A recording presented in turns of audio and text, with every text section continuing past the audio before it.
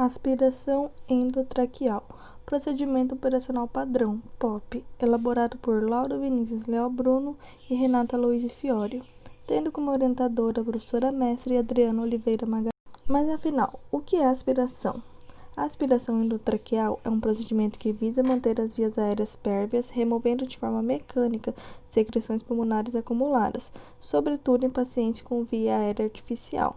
A resolução do COFEI número 557 de 2017 aprova no âmbito da equipe de enfermagem um procedimento de aspiração de vias aéreas.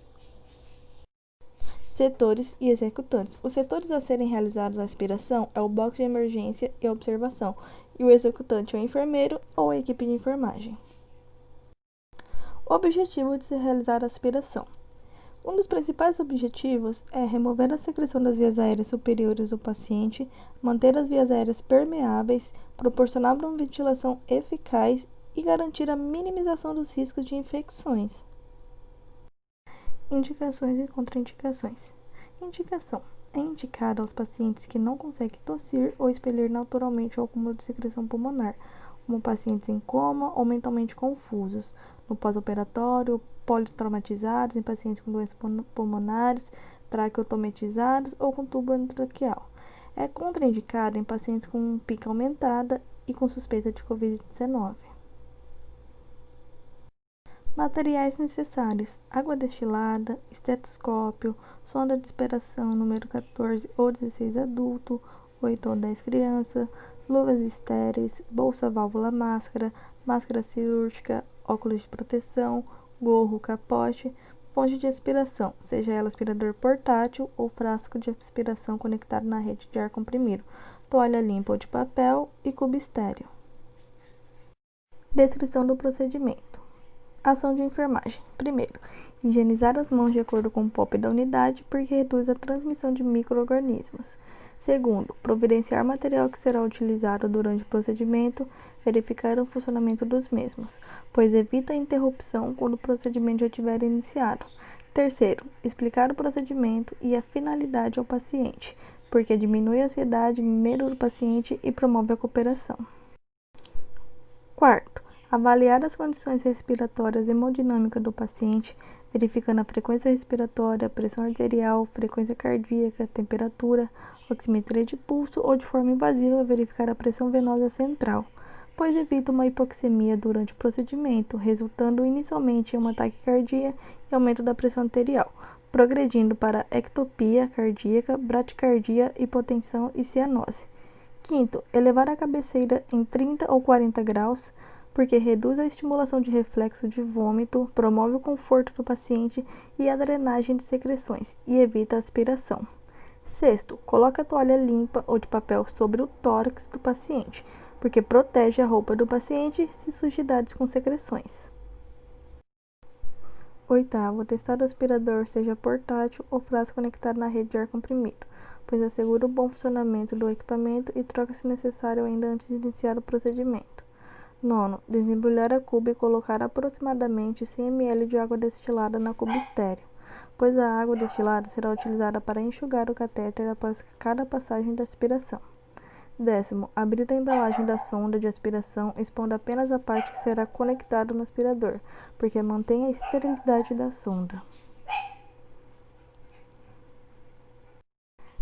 Calçar luva estéreo com técnica estéreo de acordo com o POP da unidade, pois reduz a transmissão de micro-organismos e permite que o enfermeiro mantenha a esterilidade da sonda. Retirar o invólucro da sonda com a mão não dominante segurando o catéter com a mão dominante, porque mantém a esterilidade da sonda. Conectar a sonda no aparelho para aspiração, atentar sempre para não contaminar. Ventilar e oxigenar o paciente com a bolsa de reanimação aproximadamente 4 a 5 vezes. Quando presença de ventilação mecânica, ofertar um flete de 100% de FO2 antes de iniciar o procedimento. A ventilação e oxigenação antes da aspiração ajuda a evitar a hipoxemia. Ligar o aspirador com a mão não dominante e desligar o ventilador mecânico. Evita a contaminação da mão dominante que será utilizada na inserção da sonda para aspiração. Enrolar a sonda na mão dominante com técnica estéreo, pois evita a contaminação da sonda estéreo de aspiração. Inserir a sonda de aspiração pelo menos até a extremidade do tubo, sem aplicar aspiração, apenas até o ponto suficiente para estimular o reflexo de tosse. A inserção da sonda sem aplicação de aspiração permite a realização desse procedimento sem causar traumatismos aos tecidos. Retirar a sonda em movimentos circulares suaves. A sonda não deve permanecer por mais de 10 a 15 segundos nas vias aéreas. A rotação da sonda ajuda a melhorar a remoção das secreções que estiverem aderidas às laterais do tubo endotraqueal. A aspiração prolongada pode resultar em hipoxemia e arritmia, levando à parada cardíaca. Ventilar e oxigenar o paciente com a bolsa de reanimação aproximadamente 4 a 5 vezes. Ajuda a evitar a hipoxemia durante o procedimento e restaurar o suprimento do oxigênio. Enxagar a sonda aspirando alguns mililitros de água destilada da cuba entre as tentativas de aspiração, ou sempre que necessário, porque mantém a sonda limpa e pérvia. Repetir a aspiração quantas vezes necessário, sempre intercalando com a ventilação do paciente, porque isso garante a remoção de todas as secreções e evita a hipoxemia durante o procedimento. Aspirar a cavidade orofaríngea após completar a aspiração traqueal, porque evita a contaminação da traqueia com secreções e micro-organismos orofaríngeos. Por último, desconectar a sonda do aspirador. Após a finalização do procedimento, lavar o sistema de aspiração com água destilada, porque mantém a sonda de aspiração pérvia. Proteger a extremidade da extensão, porque evita a colonização de micro-organismos. Avaliar os sons pulmonares e a saturação do oxigênio através do oxímetro, porque fornece informações sobre a efetividade do procedimento. Organizar o leito do paciente, mantendo o paciente confortável, retirar as luvas e jogá-las no lixo infectante para prevenir a disseminação de micro-organismos, higienizar as mãos de acordo com o POP da unidade, porque reduz a transmissão de micro-organismos, e documentar a quantidade, coloração e consistência das secreções, porque permite o monitoramento do estado do paciente ao decorrer do tempo. Observações: utilizar catéteres mais finos e de preferência lubrificados com gel hidrossolúvel para os pacientes que apresentarem distúrbios de coagulação e lesões na cavidade bucal e na nasal. Fazer nebulização com soro fisiológico 0,9% antes da aspiração, caso as secreções estejam espessas.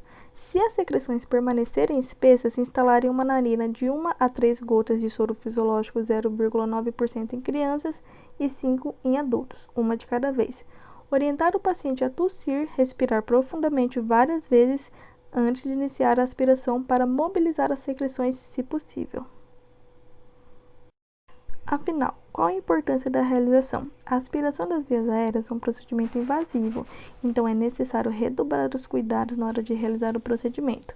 O POP é o instrumento ideal para que a assistência se decorra de forma segura, porque seguindo os passos e a descrição do procedimento, minimiza as chances de eventos adversos ao procedimento.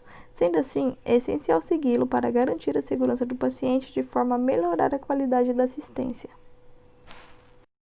E por fim, essas foram as referências bibliográficas utilizadas durante o vídeo. Muito obrigada pela compreensão e atenção de todos.